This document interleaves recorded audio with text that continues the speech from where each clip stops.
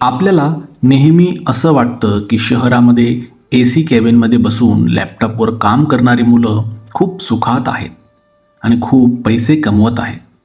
पण कॉर्पोरेट जगताच्या या चकचकीत पडद्यामागे कधीकधी अशी काळी सत्य दडलेली असतात, ज्याची कल्पना गावाकडच्या साध्या पालकांना कधीच नसते. आज मी तुम्हाला अशाच एका मुलीची गोष्ट सांगणार आहे, जी एका खोट्या प्रतिष्ठेच्या मागे धावता धावता अशा चक्रव्यूहात अडकली, जिथून तिला फक्त तिच्या बापाच्या रक्ताने आणि घामाने बाहेर काढलं. अंजली ही सांगलीच्या एका छोट्या गावातून पुण्यात आली होती. तिचे वडील सदाशिवराव गावात एक साधं सायकल दुरुस्तीचं दुकान चालवायचे. दिवसभर पंक्चर काढणं, ऑइलची डाग अंगावर घेणं आणि सायकलींचे टायर बदलणं हाच त्यांचा व्यवसाय होता.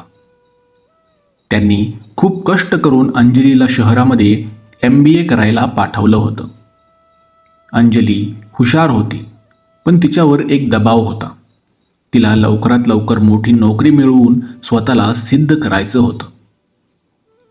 कॉलेज संपताच अंजलीला पुण्याच्या एका मोठ्या IT पार्क शेजारी असलेल्या कंपनीत बिझनेस डेव्हलपमेंट मॅनेजरची नोकरी मिळाली.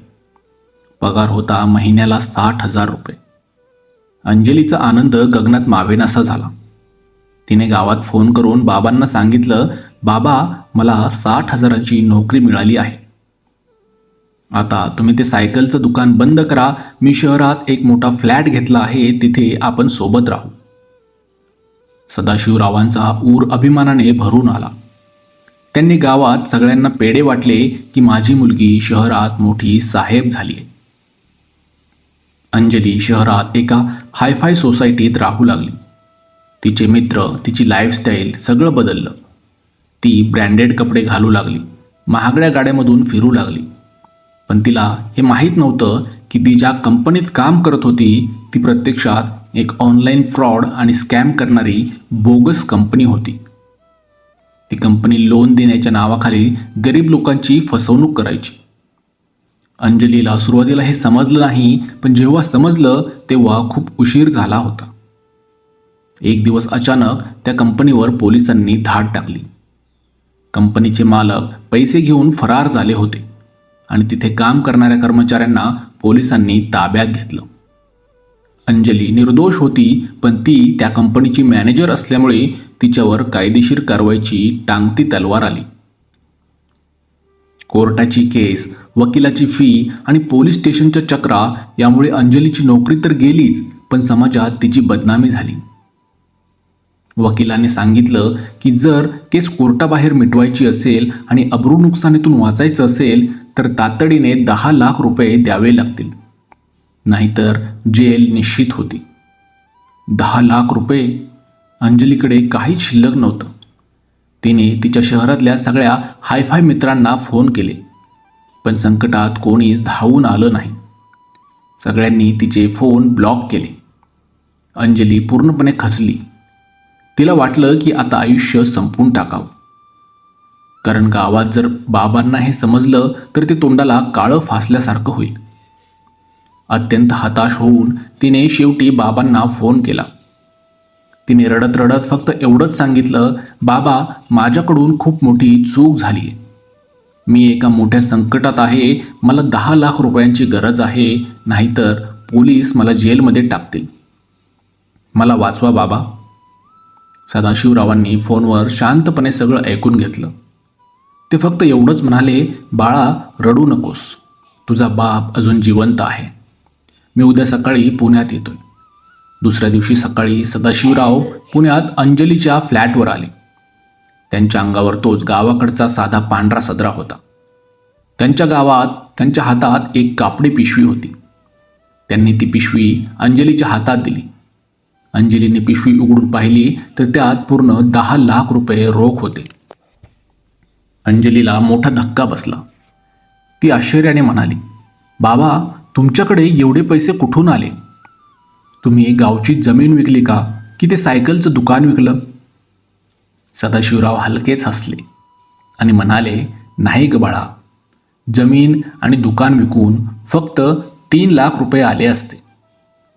हे 10 लाख रुपये मी माझ्या हक्काच्या कष्टाने कमावले. तू वकिलाला पैसे दे आणि या प्रकरणातून बाहेर पड. अंजलीने ते पैसे देऊन कशीबशी स्वतःची सुटका करून घेतली.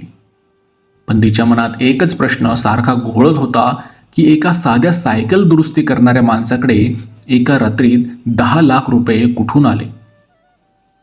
त्यांनी कोणाकडून कर्ज घेतलं की काही चुकीचं काम केलं. आणि याच उत्कंठतेने तिने बाबांचा पाठलाग करायचं ठरवलं. 2 दिवसानंतर सदाशिवरावांनी सांगितलं की ते गावाला परत जात आहेत. पण अंजलीला शंका होती. ती गुपचूप त्यांच्या मागच्या बसने निघाली. पण सदाशिवराव सांगलीच्या गावी गेलेच नाहीत. ते पुण्याच्याच एका मोठ्या कन्स्ट्रक्शन साईटवर उतरले. अंजली लांब उभी राहून पाहत होती. तिचे 60 वर्षाचे वृद्ध बाबा, ज्यांना पाठीचा आणि गुडघ्यांचा त्रास होता, त्यांनी तिथे जाऊन डोक्यावर सिमेंटच्या गोण्या आणि विटा वाहण्याचं कष्टाचं काम सुरू केलं. दुपारच्या कडक उन्हात त्यांच्या अंगातून घामाच्या धारा वाहत होत्या.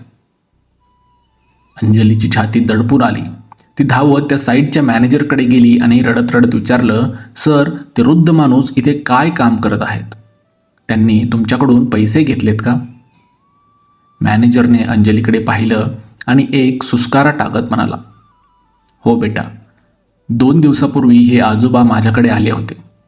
म्हणाले की माझ्या मुलीचा जीव धोक्यात आहे, मला 10 लाख रुपये ॲडव्हान्स हवेत.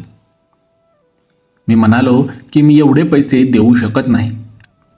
तेव्हा त्यांनी माझ्या पाया पडून एक करार केला.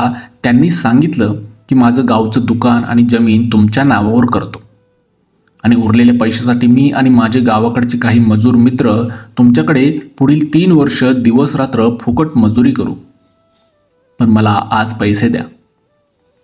त्या बाबाच्या काळजासाठी मी त्यांना 10 लाख रुपये दिले. पण बेटा, तो बाप खरोखर देव माणूस आहे. हे ऐकल्याबरोबर अंजलीच्या पायाखालची जमीन सरकली.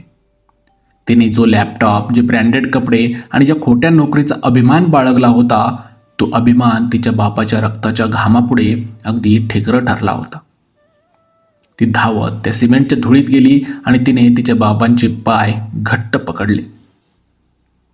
ती ढसाढसा रडू लागली, बाबा, मला माफ करा. माझ्या खोट्या पैशाच्या आणि नोकरीच्या नादात मी तुम्हाला रस्त्यावर आणलं. मला अशी नोकरी नकोय बाबा. सदाशिवरावांनी अंगावरची सिमेंटची गोणी बाजूला टाकली. त्यांनी अंजलीला उठवलं.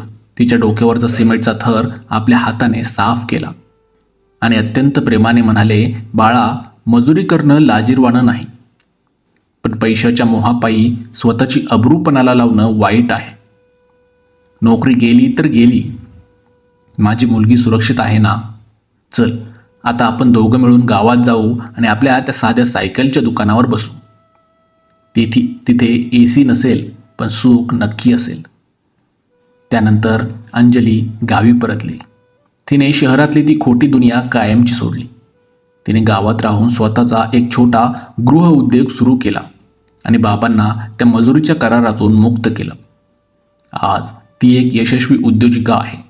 पण आजही ती सांगते की जगातलं सगळ्यात मोठं सुख AC कॅबिनमध्ये नाही, तर आपल्या बापाच्या कष्टाच्या सावलीत असतं. ही गोष्ट आपल्याला शिकवते की शहराच्या चकाकीला भुलून कधीही शॉर्टकटच्या किंवा खोट्या प्रतिष्ठेच्या मागे धावू नका.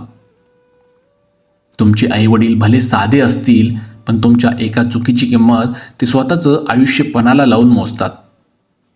आपल्या पालकांच्या कष्टाचा आदर करा. जर ही गोष्ट मनाला भिडली असेल तर नक्की शेअर करा आणि स्वतःची आणि स्वतःच्या कुटुंबाची काळजी घ्या.